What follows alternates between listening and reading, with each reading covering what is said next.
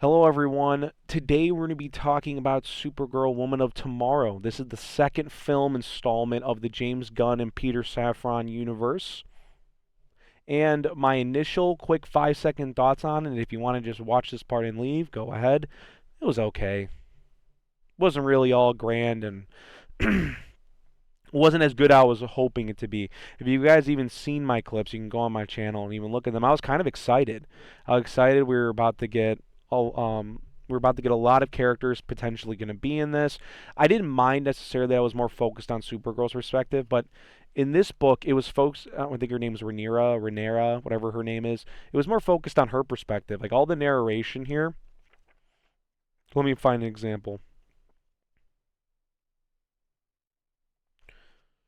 All the yellow. Here, there we go. All this like yellow narration right there, like all these like word bubbles and stuff like that. That was kind of like her point of view, not really Supergirl. So this kind of story is organized more on her point of view, and like Supergirl's kind of just like a piece in it. Obviously, I mean it's about Supergirl, but it's more focused on the other character. In this movie, they kind of flip it so it's more on Supergirl's perspective rather than hers. So that was already kind of an interesting switch up. I mean, that's why I don't know if I personally would have done this book right away. I get it. There's like lore and things about Krypton that they kind of talk about. So I get it why they did this. I just was like, I don't know. I think for the perspective switch, it was okay for that. I don't know. You're either gonna like Tom King's book or you're not gonna like it. Like he's very decisive to begin with, especially with the DC fans. Like you either love him or you don't. You either like this book or you don't. So that's where I kind of thought it was a little interesting that out of all the books they decided to choose, they picked this one because there is some great Supergirl stories out there. But I guess for recency, this is probably one of the bigger ones that have come out. The movie's in theaters IMAX on June 26, 2026. So the runtime is about 108 minutes and it's a PG-13 rating. It was directed by Craig Gillespie. Sorry if I butchered that. And it was written by Anna Norgria. Again, butchered that one as well. It's an adaptation of this book. So before I kind of deep dive into my review here a little bit more and kind of just some I do have like plot and stuff like that. So before I continue, this will be spoilers. I'm not doing a spoiler-free video. Sorry, not sorry. Okay, because I want to talk about this video and I want people to kind of come back to it. If they see the movie later, they can come back and kind of see where my thoughts and comments are coming from this. Like I said, my initial reaction to this was it was really forgettable. Personally, like when I'm watching this movie, there was moments of it that I was like, okay, I kind of enjoyed it. It was good, and then there was just moments of it that I was like kind of bored. Like I had criticisms of Superman, sure, but there was not like a moment in it where I was like bored. And for this not being technically a James Gunn movie, it was very much James Gunn-esque. So if you're one of those people that doesn't like the James Gunn style, you're probably not going to like this movie. Specifically, there was a fight scene at the very end of the movie where Supergirl, and we saw it in the trailer, it's where she's on the ship and she's just doing all this damage to all the guys on there and they're killing everybody and doing what they need to do. Sorry, no, it wasn't that one. It was the part. It was later. I guess it wasn't shown in the trailer. I think there was like maybe like a still shot from it, but it wasn't shown in the trailer, to my knowledge. And it was when she's at the very end of the movie, and all the biker gangs are circling around, and they're like, "Oh yeah, we're gonna kill this girl, Rhaenyra. I'm just gonna butcher that all the time, and we're gonna kill her." And they're like circling her, and then like they play one of the worst songs. I was like watching that scene, and I was like, "What? What are we doing here?" Like, not everything needs to be this like song moment Guardian style. Like like Superman felt like Superman, even though it had some Guardians taste in it because that's what James Gunn's style kind of is. And I'm just using Guardians as like the more of the metaphor for it. But man, it kind of just took me out of that last battle scene specifically. I mean, I was already the movie kind of for me felt like it was dragging. I was like, ugh, I wasn't really caring for some moments, but that specific battle really annoyed me. Yeah, like I just was like, this is stupid. Like I was really turned off by it. I was like, oh my God. Like it was just like the music scene, and I'm like, this was like kind of my worry with this. Um, that it was this that the universe was going to essentially just become a Guardians repeat of every movie. Now I know the Clayface movie is almost a Clayman about the artist. I know the Clayface movie is going to be kind of not kind of it's going to be a totally different tone. It's supposed to be rated R. It's supposed to be like one of those horror films.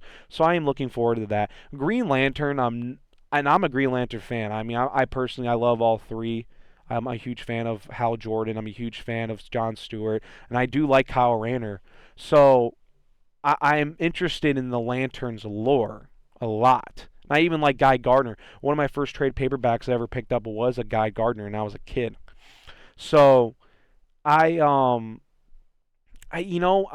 a little worried after seeing the Supergirl movie in the necessarily the direction, and specifically for this Anna Naganu, Francis Naganu, right? Anna Niguero, I'm gonna say Anna for simplicity. She was supposed to write the Supergirl movie that came out for the DCU or EU, and it was supposed to be like the Zack Snyder version where Michael Keaton survives, and the Supergirl from Flashpoint or Flash was supposed to be in her own standalone movie, and it was supposed to be like a great reset of the universe before James Gunn and Peter Safran took over. So she was going to write that, get script, or gets that gets deleted, right? Because they didn't want to do that. And then she got the keys to this, and I was kind of like, okay. And now apparently she's writing the Batman movie script, so now I'm kind of getting worried because I was like, okay. And I know she's done some other things that were kind of hits or misses, so I'm a little worried. This makes me a little worried for Batman, to be honest with you, just because of who the writer is now. Because this movie is just stale, in my opinion. You can tell this was chopped up a few times as well. Like I said, there was moments of it that I really did like, and I kind of thought, okay, that's funny. Like I didn't mind kind of exploring some of the not just on Earth DC universe. It was cool kind of seeing like what the galaxy was kind of like, and we're getting a little taste. It honestly just reminds me of a blend of Star Wars and Marvel, to be honest. But that being said, it was cool seeing a character like Lobo, right? And I'm gonna get into Lobo a little bit later because I have some critiques about it. Let's see, we got Millie Alcock stars as Cora Zor-El as Supergirl, and then the cast includes Eva Ridley as what's her name? I'm supposed to say Ruth, Ruthye, Ruth. I have a reading disability, so please forgive me. Um, as Marin Knoll, Matthias. God, these names. Do we get normal names? Can we get like a Jack Jones or something like that? Matthias Schoenhorst as Krem, and again, he looked ugly. Not the actor, sorry. The actor, I'm not calling him ugly. I'm calling the because when you see him, let me see if I can just find it real quick here. Hold on. Like here's kind of like there we go. This is what he was supposed to look like, and maybe if I have the editing skills and I can pop it up right here, I can show you what he looks like. It's like he has all these dots in. Let me fix my camera. Hey, there we go. He has all these like dots and things like all over his face, and it just didn't at all look like kind of what I expected him to look like. To be honest with you, I kind of thought that was a little sad. I was like, ugh, they just made him like a creepy ass looking villain. Like they didn't even, and he wasn't really like a good villain. Like I said, the actor actually I thought played pretty good in the role for the script. I felt like the script in this movie was really weak. Like just the writing, some of the character dialogue, the way everything was kind of happening. I just was kind of like, okay. Like there was a few jokes between Supergirl and Lobo, and it just like didn't really land the dynamic. And I thought Jason Momoa did honestly a pretty good job playing Lobo. I mean, this is the first time we're really seeing Lobo kind of on screen, especially in live action. And I really thought I was like, he's believable. Like, I really did enjoy him. My one thing is that he wasn't in it enough. Like, if you look at the trailers, you expect him either to be the villain or to be like a major plot point in this story.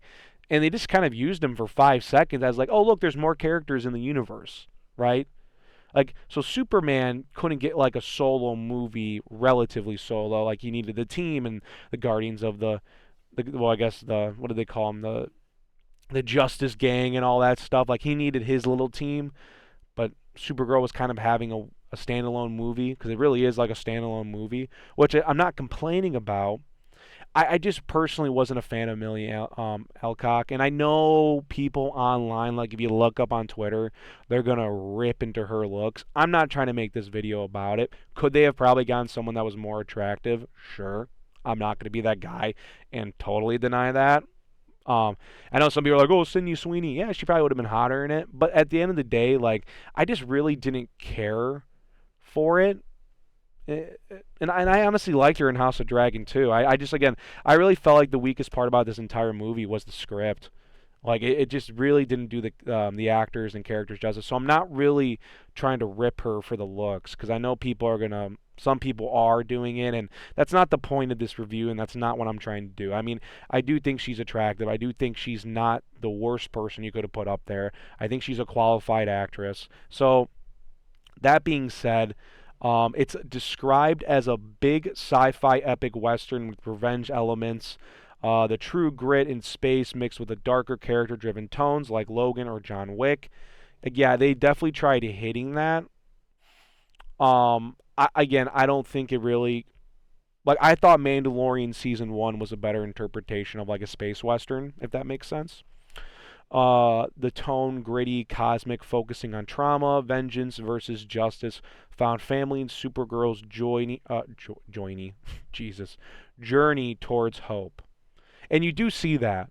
Like, you kind of see her originally beginning in the film where she's kind of like a slob, right? Alcoholic, she parties, which we kind of got that interpretation from the end of Superman.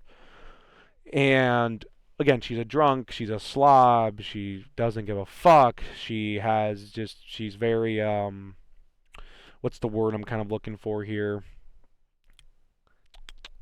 She's very obnoxious in some ways too. Like that's kind of shows her. And then you do see the character, like the character development is her going through this, like, she didn't want her there, and then she comes on this journey, and they go on the journey. At the end of the film, there's kind of like a moment where she puts the suit on, and then she kind of becomes more of the embodiment. But then there's something that happens at the end of the movie that I'm kind of like, didn't even happen in this, so I'm kind of a little irritated about it, so we'll talk about that in a second here. So the film opens up with flashbacks to Krypton's destruction. Scientist Zor-El and his wife Allura evacuate the Argos city, and they use the force field to save a chunk of the planet. Years later, Kryptonian radiation poisons the city. Allura dies, and Zor-El sends a young Kara and her dog Crypto to Earth in a ship, because that's kind of what they talk about. They're greeted by her cousins Kal-El, now living in with as Clark Kent Superman. So that's kind of like, this is like the plot summary. By the way, I should probably clarify that. In present-day adult, Kara is 23 years old, travels the galaxy with Crypto, partying on a red sun planets where she can get drunk and feel normal. Clark calls frequently, worried that she's not settling on Earth. She's jaded and struggling with a purpose. Yeah, there was like a few scenes, or like early in the film, like when she's on the ship and she's like brushing her teeth, and she is kind of just being dismissive and whatever. It's Superman, and he's trying to be like, hey, Kara, how's it going? And I know it's your birthday week, and you want to have a lot of fun, and she kind of just turns him off, right? So, I mean, again, that kind of makes sense for what this story is doing. So that's why I'm like, look, if you're asking me as like, is this the best interpretation of what Supergirl could have been? No.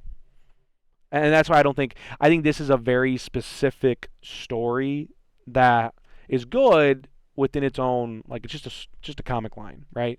I don't know if this should have been the main start point. Maybe you could have included like elements of this later in her story and development. But yeah, I don't know if this was maybe the greatest book to start off on, especially with how divisive Tom King already is. So it's like now you're adding that on top of that, and I think when it comes to the character of Supergirl, like she's supposed to be essentially similar to Superman, probably a little more rash than Superman is, right? She is kind of a little bit more of emotional because of the trauma attached. I just don't. I think us opening up, seeing her like I do think maybe you can argue it's more relatable to some modern day fans.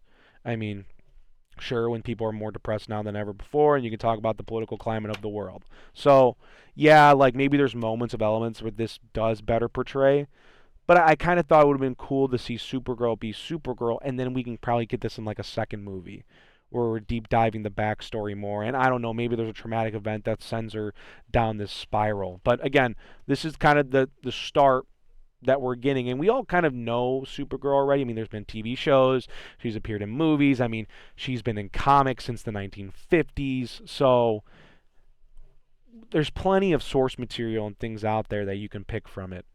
Um, let's see. During the stop, she meets Ruth Myra Knoll, a young survivor whose family was murdered by the Brigades, a space pirates and human traffickers led by Krem and his Yellow Hills. Ruth wants revenge and asks Supergirl for help. Yeah, that scene, I get what they were doing. Like, it's not a bad scene. Like, because you kind of get Supergirl, who's kind of speaks more like an American English, right? Like more like that's just her style. It's not really a proper tone, or the word she's saying isn't really like, articulate or super proper, if that makes sense. Um, Ruth definitely has more of like, if I had to say like the Queen's language. I heard someone say that, and I thought that was a really good way to put it. Like she is a little bit more of like a proper tongue to her. So you kind of get that dynamic, which I thought was kind of funny. She's like, "I am Ruth. I am the people of this house. My father was brutally murdered," and like and then you got Supergirl like yana yana yana yana, because like it's you could just kind of tell like she's like rehearsing the script, right? The Krem crew shows up and hijacks Kara's ship and then shoots Crypto with the poisonous dart. So that's like the main catalyst for the entire movie. Like that's the main moment where the movie, that's how Supergirl gets involved. Now in the comics, that stops like they don't even like Crypto goes on the like when he gets hit with a dart. They have the medicines and stuff there, and they just like do it, and you don't find out till like the very end, kind of somewhere around like this section of it. If you guys know what I'm referencing, the Supergirl's just kind of quick with it and goes, "Oh yeah, like Crypto's fine. He's just getting the medicines, and he's been on your homeworld. I lied to you so I can get you to come on this journey with me." But no, in this movie, they just take that and make that the entire plot. And my only problem with doing that for the entire plot is because we all know Crypto's going to live. Like, we know you're not going to knock Crypto out in the first two movies of the entire DCU franchise. So that's where I kind of felt like it was a weak moment where I was like, yeah, like it would have been cool that maybe like they fix Crypto and then Crypto can just come with, or if they had to change it up, if they didn't want to do it verbatim from the story. But I just kind of felt like, yeah, okay, we know Crypto's going to live, so it kind of really didn't mean a lot. And what happens is in the scene where her brother, well, I'm talking about Ruth now. Sorry, I'm gonna try to keep it like organized to this extent. The guy Noel comes there, and what's his name? Sorry, why am I brain farting? I have like short-term memory loss probably somewhere. Um, why am I not seeing it?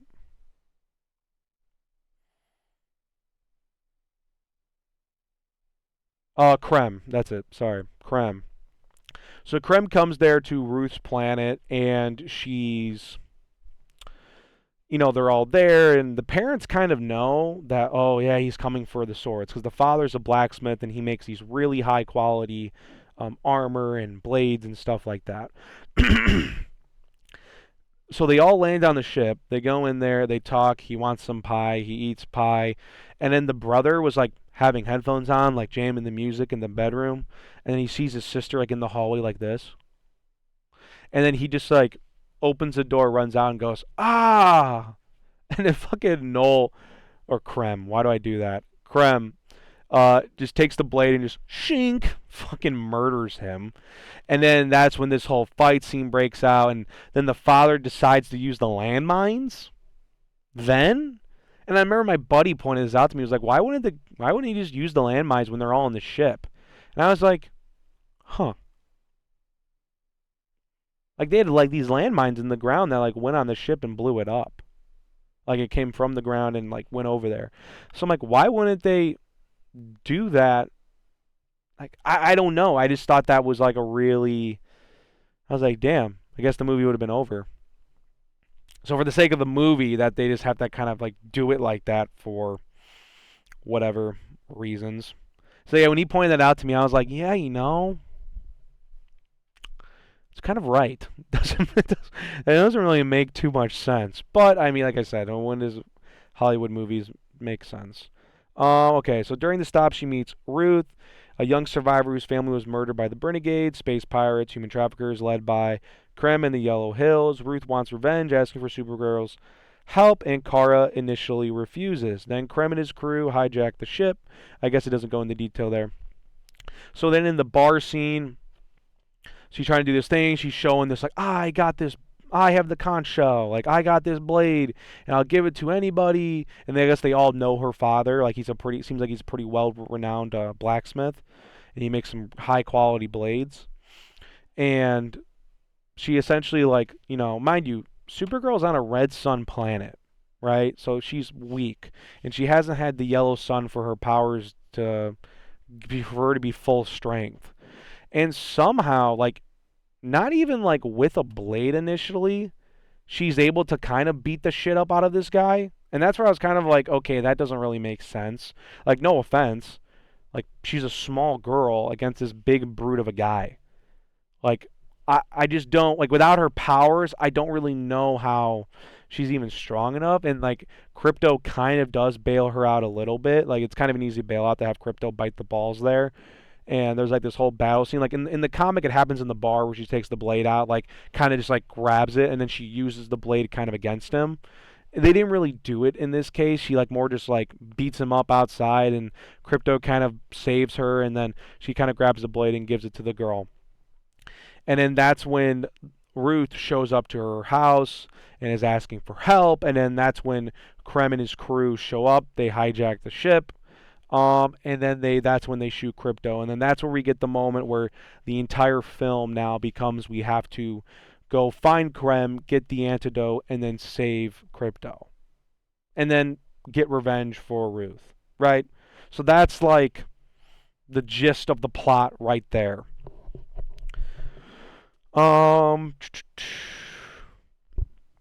See, this is the personal attack from forces Kara's hand. She agrees to go after Krem and the antidote and reluctantly takes Ruth along as her companion. Their interstellar journey begins.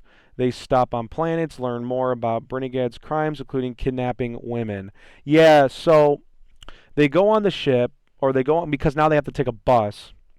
And technically, she doesn't really agree to Kara doesn't agree to it right away. She kind of goes on a solo journey, and then Ruth somehow like appears on the, and she snuck on there, and then she was getting her ass kicked, and then Kara steps in there, cool, and then the whole plot continues to move. And in the book, it's like some space dragon. Let me see if I can find it.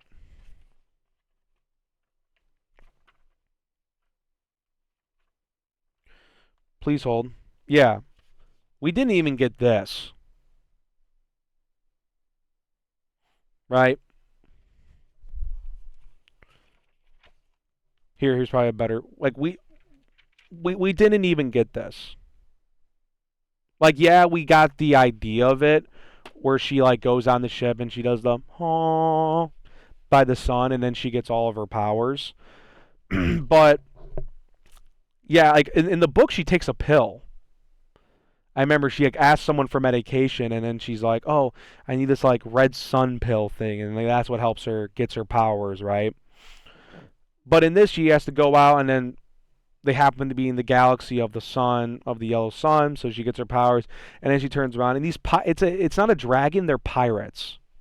And I just thought it was stupid. And it was like this. Of course, they have to do it like this. It was an all-female pirate crew. And again, I'm not trying to get political on this, but it's one of those things where I'm like,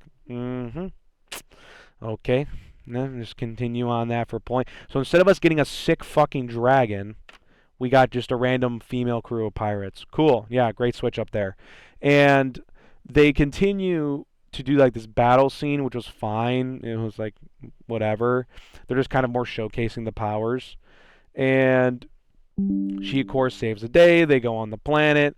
They tie up the people on this one like stop that they're at, and then of course they give the details of the planet of who is where Krem is.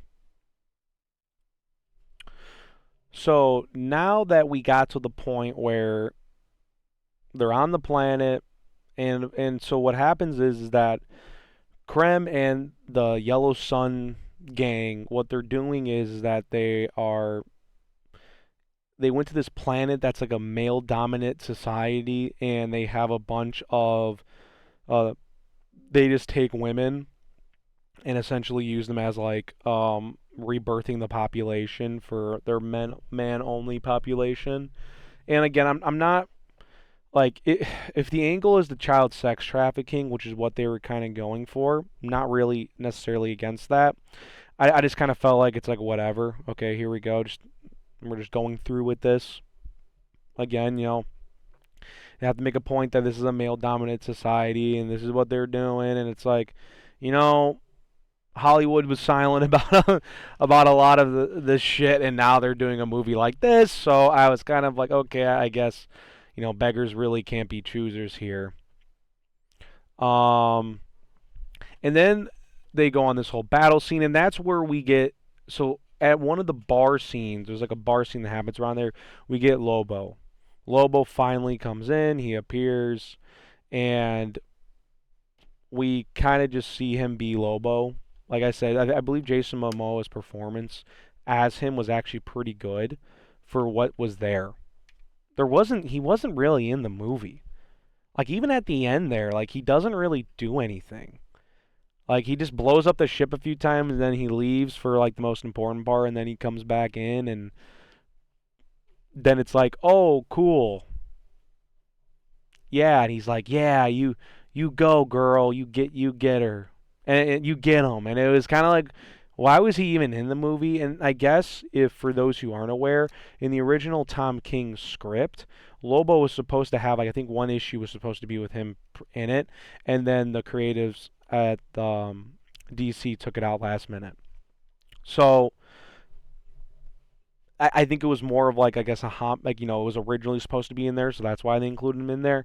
And I just thought he wasn't in it enough. I mean, when you look at the trailers, you expect him to be like a big character in it. Like they show one battle scene on the planet on the planet because she's down there and she's trying to get like information and she wants to get travel to the planet and she's like meeting with the crew, but then Krem shows up to the planet, right? So like they kind of backstabbed her. They tried drugging her. Doesn't really work out, so she has to drink like milk and go through this whole like, kind of scene of her being like in a daze. And then the part that really annoyed me the most was there was this moment where the battle's going on. Ruth had a moment to straight up just kill him, and then they would have been able to take the antidote and then go save Crypto. Like that's the problem I think with this movie was that it less felt like because you have to remember, like you kind of forget as the story goes on. You're like, you kind of look at the watch. You're like, how much time here does Crypto have left? Because it just doesn't seem like it just like they will remind you at certain parts of the movie that's like, oh, we have to go save Crypto, but like it was not really like a factor because if she was being serious and if she was hard and rough and not as nice as Superman, she would have been okay with Ruth killing Krem in this moment where she was able to sneak up on him, and Kara prevents that from happening and then gives her this whole speech, and then they do this whole run game where she tries to go up there and find him. Like she flies back up and he's like not there because he's zooting back up to the ship, right? Mind you, she in that moment she has another opportunity to go up there and just kill him or get him and whatever. Like she has her powers. And then in that moment, she looks down and then sees the family that he killed. And she's like, no! And flies down there and um, goes down there and just like has like this weird sympathetic moment. And then she gets all mad. And then she's like, oh, I'm angry now. And then she flies back up. And then he's like, he's gone. He's not there. The ship's disappeared. Because as she's flying up, the ship does like a teleporting thing and it just vanishes. It's like, okay, you look down, you see that the family's dead, you go, well, can't do anything about that, I'll come back for that later. And you just go up there and get them. You save your dog, you get the guy, you put him in jail, cool, whatever. But no, it just kind of like felt like that there was moments like that where I was like, okay, like we're just kind of doing that for the sake of the plot. And then they have to show you the scene where she then flies up to space and then she starts yelling. And, because they always got to show the girl yelling. Like, if it's a main female character, like, they have to yell at some point. And she's, like, yelling. She's getting emotional because she's getting, like, PTSD from her family. And it was just one of those things where I was like, it just was stupid. Like, it was just, I don't know. Maybe, like I said, maybe I'm not the target audience for this. Clearly, I was not the target audience. And let's see here. In the resolution, sometime later, Kara reunites with Clark. Oh yeah, we won't jump into that. And then the whole battle scene, right? So they go on the planet, and this does happen in the book a little bit. So for context, like this does happen there. She goes on the planet, and then she gets. They're there. She has her powers, but the second she gets up, it becomes a green sun. Right? Kryptonian, or kryptonite, sorry. It was kryptonite, so it becomes a green sun, and she's weak, so she's dying, so now we're kind of just wasting more time, and I don't want to say wasting because it does technically happen in the book, but she gets weak, so then Ruth decides to go on her own, to grab some water for her, and then she gets taken, and then she becomes in the jail cell, and then Lobo somehow got captured as well. I don't know how, they don't really explain it, but he gets captured there too. So we're kind of getting some dialogue between the two. And somehow this 14-year-old girl was able to do all this. I don't know who she was trained by. Ra's al Ghul, maybe someone like that. But like she has all these incredible abilities at just age 14 where she's like an assassin. Like honestly, if you didn't tell me that she was not in the League of Assassins, I'd be surprised because there's moments that like she's able to do all this crazy stuff of putting the chain around the guy's neck. She kind of tricks him, and she's like using all of her power to kind of get him, and then eventually he dies. She gets the thing, she gets the key, and then she frees Lobo. And then as they're kind of going together, she somehow, again, 14-year-old girl, jumps to the fucking vent. And you're like, oh, okay. And then she snuck down there, and then she has to go retrieve her blade, right? Very important part of the story.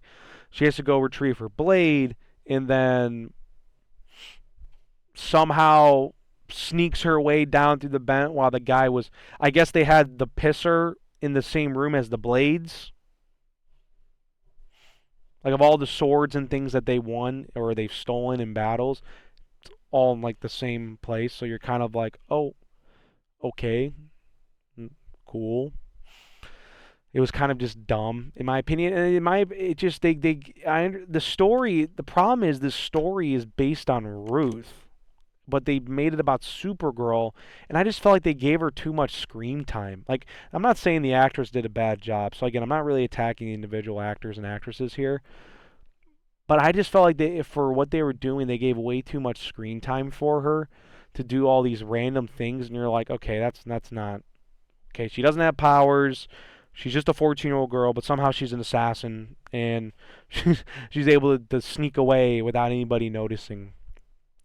And then that's where then she gets caught again on the ship, and then you get this whole battle sequence on the ship, and you're finally seeing Kara like kind of use her power, but then she gets hit with the Kryptonian kryptonite arrow. I keep saying Kryptonian. She gets hit with kryptonite arrows. So then she gets weakened again, and that's when then Lobo kind of comes in, saves the day a little bit. Battle scene happens. And like I said, it was fine. And then you got to go to the part of then like the last battle where then the ship's going down, and then you get one of the dumbest songs of all time in this battle sequence that was just so unnecessary, and it was just kind of like, okay, so Kara can have this cool moment where she's flying around doing all these things, but Superman really didn't have that. Like he did and he didn't.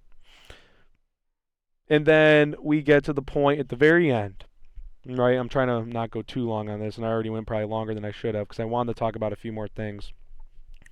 Um, and then you get to the very end, right? The big decision. So then, after all the bullshit that Supergirl and Kara has been through, right? She's telling Ruth, "No, Ruth, you shouldn't kill him," because right at the end moment where she was going to kill him, right? She had the blade of her father on the neck of Krem, and Kara then in that moment's like, because now she's wearing the suit again, right? Because the girl brought the suit with, so then she puts the suit on, because that's the symbol of hope, right? So now she's growing into the character of what she should be, right? Like, she's going past her problems and the whole character arc and development, right? Like, we're seeing her kind of put that past aside because she agrees with Clark that she needs to kind of be this symbol of hope. It's kind of where the vibe was going. And then that whole scene happens, and she's telling her, "No, don't kill him. Don't kill him. Don't do it. Please don't. You're going to regret it. You won't be able to sleep at night." And then Ruth decides, "All right, I'm not doing that," and she walks away. And I thought, because from the book, we get this scene.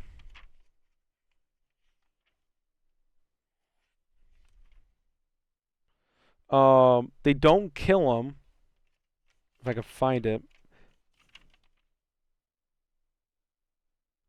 Um, yeah, they don't really kill him. Let's see. Yeah, they don't really show it here either in the comics, but the only part that you kind of figure out is that there's this whole end planet scene, right? I think it's like supposedly like 300 years in the future in the timeline. And you find out that she's in like the shadow realm essentially. I forgot what it's specifically called, but it's like the mirror that they put him in. So he's in that. And then eventually Ruth kills her, or I guess technically he didn't die, but she stabbed him. Like technically, that's what Tom King said. Like we all thought. Like if you read the panel, like you thought that she killed him, but I guess Tom King said she didn't kill him. But then in the movie, Kara just kills him.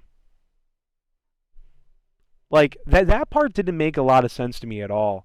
Cause it's like so she's understands that she has to be like Superman. She has to try to be similar, and and do this whole thing. But she's got to remind the audience that, oh, I'm not as good as Superman.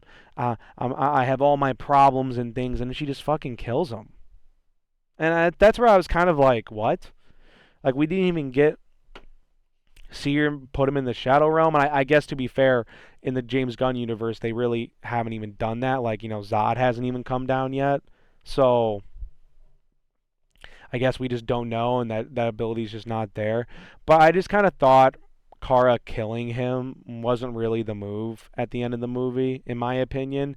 It just was kind of just felt like, oh, we gotta just, like I don't know. I just didn't care for it. I just thought it was a little rushed. At that point, I thought it was just a little dumb. Like it really just, in my opinion, reset her character development. Like I'm like, okay, so she really hasn't changed. She's just kind of like obnoxious, drunk, has some symbol of hope, but then reverts back to her normal character. She's like, "You don't do it. Don't kill him, Ruth. I will, because I got all my problems and I can sleep with it at night." Like it just kind of felt like it was backwards plot development, and it just really wasn't the ending. And there was no end credit scene, which I'm not saying I cared about that, um, and stuff. So now let's go into the quick comic side of things. Um, we got a few more things. We're going to talk about some comic stuff here, on maybe some similarities and differences from it. And then we're going to talk into some of the discourse around the film. Okay, let's see here. All right, so the movie keeps an idea like it's the similar to the comics.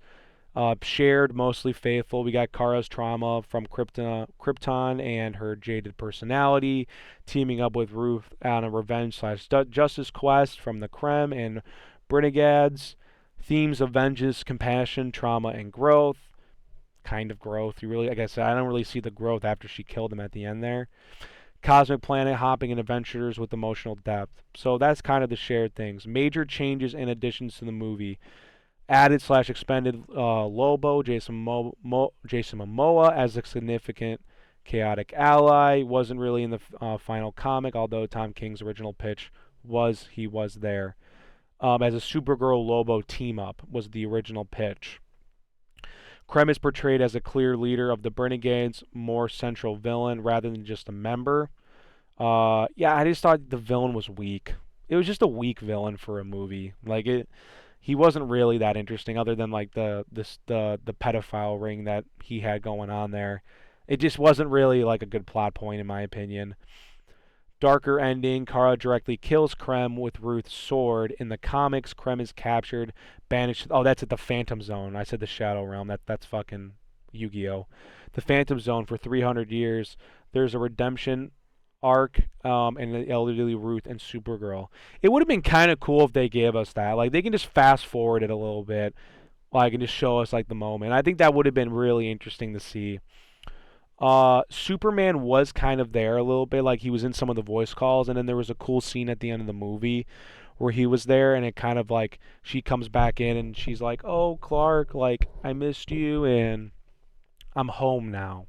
Like that was the premise of it, that she's now home, and then you get Crypto eating into the garbage or whatever. It did streamline the story a little bit more than the comics. Like there wasn't as much side quests and subplots from the comics. They removed or minimized the comic comment of the super horse. Yeah, see, and that's what I was like. It wasn't even in there. So she gets like this super horse thing.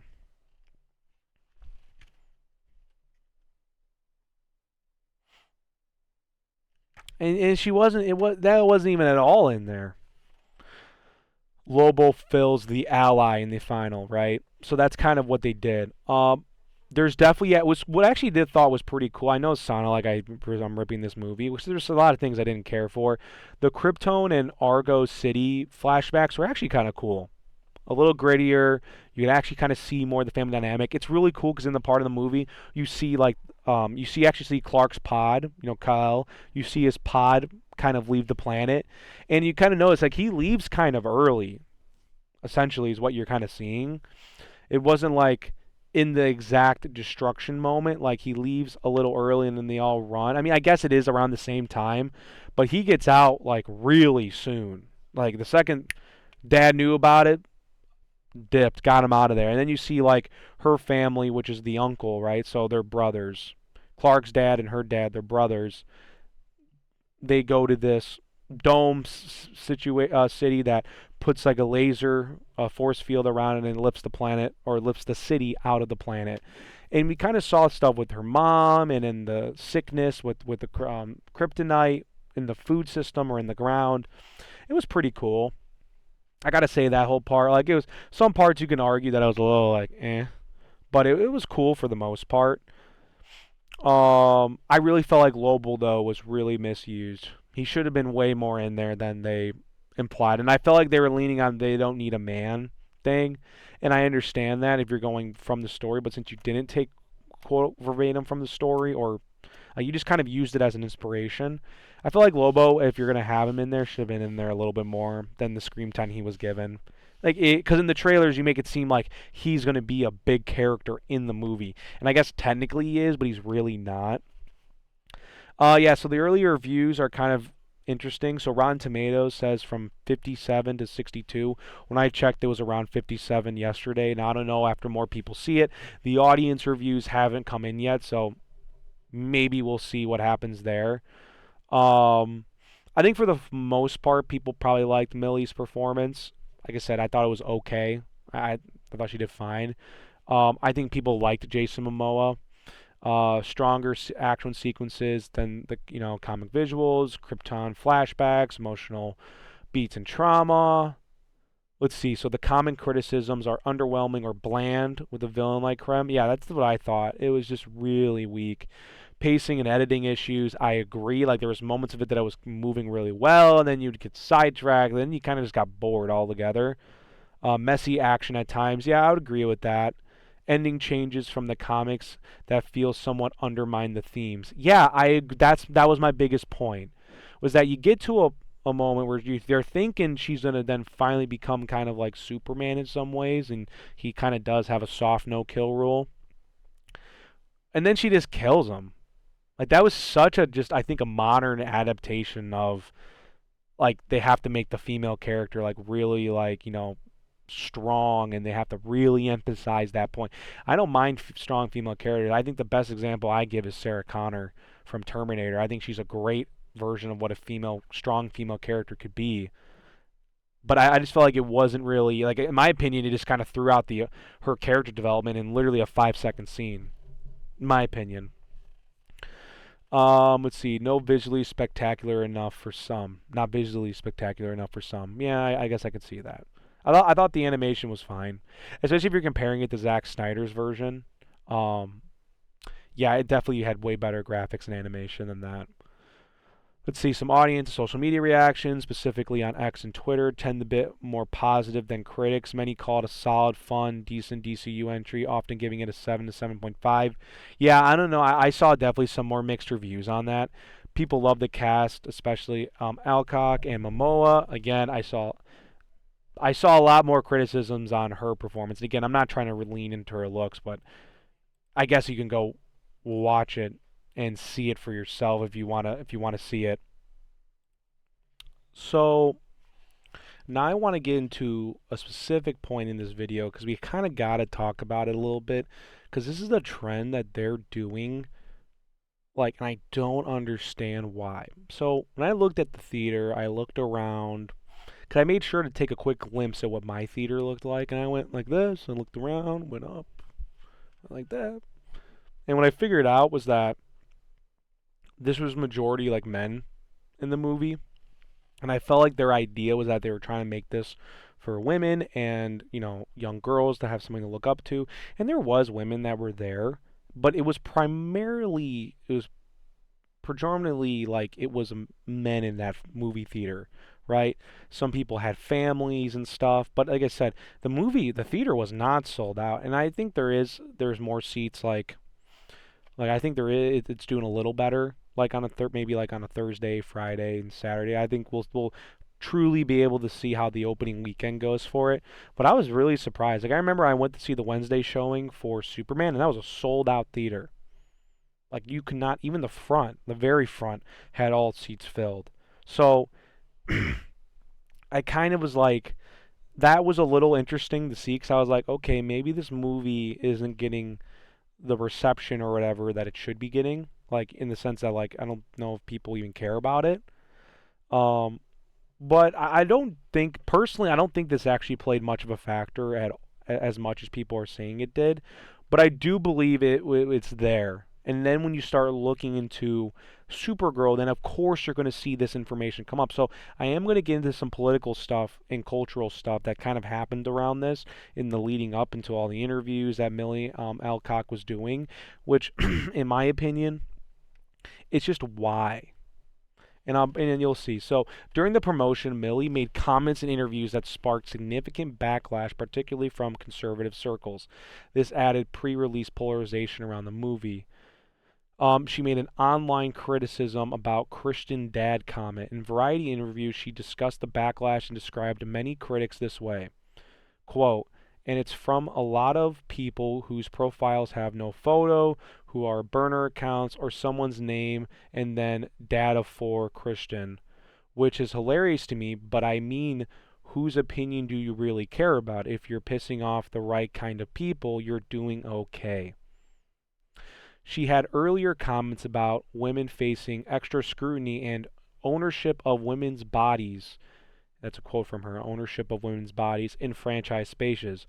When backlash hit, she said in Variety, I didn't even say men, I said people. And they got so angry. I was like, you're proving my point, end quote. Conservative outlets and creators frame this as mocking Christian faiths, Christianity broadly, alienating audiences. Defenders saw as calling it toxic or hypocritical online. Why would you even make a comment about that anyway? Like, that's the part I don't understand about these people in Hollywood, is that America is primarily a Christian country. Now, you can argue if this is a Christian nation or not. That's a whole side topic for another day. And if you guys watch my channel, you can probably guess where my opinions are on that anyway. But that being said, why would you even bring that up? Because look, let's just talk about it how it is. Your demographic that you're coming for doesn't want to have children, doesn't want to have families, right? So you want these people who are the dads, who are the moms that like DC, that like Supergirl, maybe they are Christian, you want them to take their kids to go see this movie. And yeah, there's going to be people who read that, and you can easily take her quotes as her disrespecting Christianity. Easily, you can interpret it like that. Personally, I think she kind of should have said any of that. You should not have even spoke that into existence, because now you're creating something that was there that wasn't even there. Like, you didn't have to say anything about that. You could have just brushed off those comments and said, "Oh yeah, you know how the angry trolls are online. It just is what it is." And a lot of people would have, just left it as is. But you specifically had to say data for Christian, right? So now you're specifically targeting a person. You probably thought you weren't making anything out of nothing. No, you made something out of nothing. There was nothing there you had to say, and then you go in there and you make comments about it, and now these people who are Christian that have families don't even want to take their kids to go see the movie. Because now they're going into the mindset that this is one of those classic liberal woke movies. And I think you really do a disservice to you yourself, who's a good actress, and you do a disservice to the movie. Because in my opinion, the movie didn't really touch on that, right? And there's another part that I'm going to bring up too that she said, which is like makes no sense. But why did you even feel like it was necessary talking about the Christian stuff? Makes no sense. Like, that's more than half the country, relatively, that believes in Christianity. Why would you even bring it up? That's so stupid. The problem is, though, that James Gunn and Peter Safran kind of doubled down. They doubled down on it, and they kind of were like, "Oh no, she's fine to say that. It is what it is," because they ultimately probably believe in what she was saying to a degree, and that's where I think the underlying issue is at. Is that you have these politically motivated people who are taking over these IPs, and then they make it to whatever they want it to be, right? And that's where I think James Gunn's criticism is totally fair. Because we know he's a liberal. We know he made some jokes back in, that came out in 2018 that were deemed offensive, sure. But he's been so politically captured where now it's like, yeah, the fact that you as the CEO, chairman, guy in charge of the movie side said to her, "Don't bring this up." Like, that would have been me. Don't bring up Christians. Don't bring up anything about the LGBTQ community. Don't bring any of that up. Not saying because you have to cater. It's because we got to know who the majority audience is, right? Like, we know who the majority audience of moviegoers are, especially superhero moviegoers are. Yeah, is there like a subsection of people who are gay, who believe in what that is, and who don't care about Christianity? Yeah. Comics are for everyone. We know that. But you got to know who your target audience is if you want to make money. That's just the truth. So why would you alienate an entire religious group of people? Now, me, I'm a Christian. I'm an Orthodox. I saw that opinion. I was like, you're stupid. You're stupid. And I can easily read it like that. And honestly, you should probably apologize, in my opinion. But I don't expect that to happen. And I'm not saying she really needs to. I'm saying if you want to backpedal and save your career at all a little bit, outside of this DC universe, you probably should make a comment, because then people are going to forever alienate you into this position, and you don't want that for your career, because you're bigger than that. You should be bigger than that. You should want everybody to go want to watch your movies. Now, people are going to take the political comments and run with it, though, and that's fine. Let them run with it. But you really should have done better PR there, because now you're adding like this kind of. I think a lot of people were I was reading online, they were relating it to Snow White, and now that's like unnecessarily relating it to Snow White. Like, you know what I mean? Like, you're now getting put in the same category as that, which you should not want to be in that same category. So let's see. And then she made comments about Supergirl and queer slash LGBTQ readings. During Pride Month promo, when asked about fans of queer interpretations of the character, Alcock was open and positive, and key quotes include, I think because she doesn't live inside a binary of what we think a woman should be, this is what makes her so special and so exciting and so new. Quote. Another quote. I kind of thought that as well, she'd do what she want to do in that regard anyway, referring to sexuality and relationships. That's an end quote. Quote, I have many queer friends, so honestly I'm kind of honored, and I'm honored that that's happening. She also noted the film isn't centered around a man or romance and highlighting the character's strength, toughness, messiness, and resilience as reasons to resonate. The comments were seized on by pushing a woke or LGBTQ agendas, especially when combined with the critics and remarks of the dad comments. Others praised her inclusivity and shutting down fans. Um, to be honest, there is not one moment in that entire film where I felt like there was an LGBTQ reference. If there was, maybe I missed it. But that's where I'm like, why would you even talk about that anyway? Because like, and that's the part. It just seems like you're more like just trying to be like, oh yeah, it's Pride Month, and I'm just trying to do my classic Hollywood thing and look good for the audience, right? And look good for that small group of people. But I'm like, there was not one point in that film where I was like, oh yeah, Kara's gay. So that's where I'm like, I don't know, maybe we had different interpretations of the film, and maybe I missed a detail or two that I should have watched again. But there was definitely something that I just felt like it was a little unnecessary. Overall, I just felt like that her LGBTQ comments were so unnecessary. And again, that's just like another bad PR stunt that they gotta just stop doing. Again, because that's not because I'm against all of that crap. Like, I can care hardly.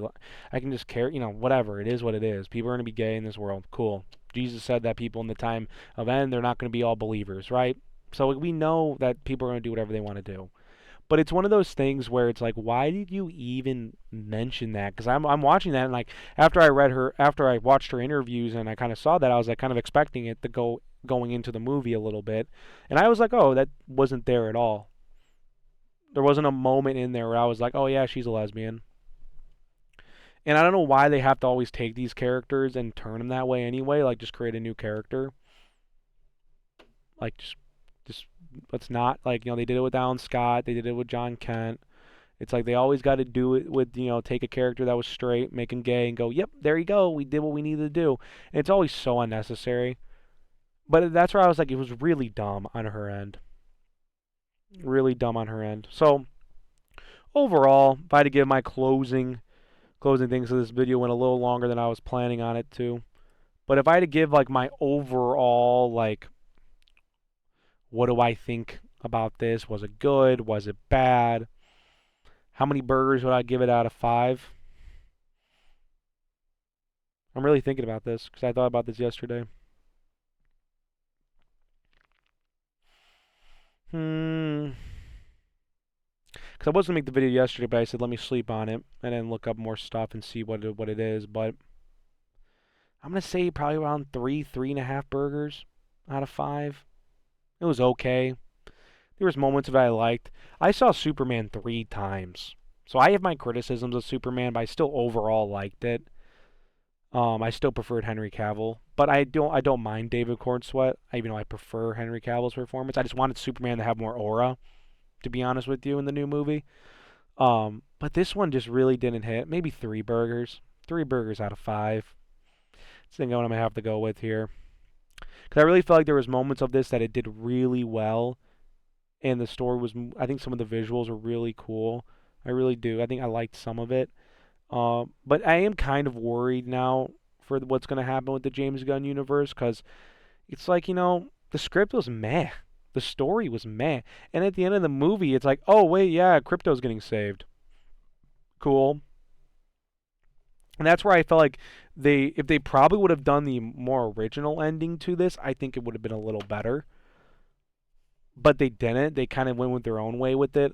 And I just was like, Could have been better. I don't believe Supergirl really should have been the second movie in the entire franchise. Also, I kind of felt like that was an interesting call to begin with.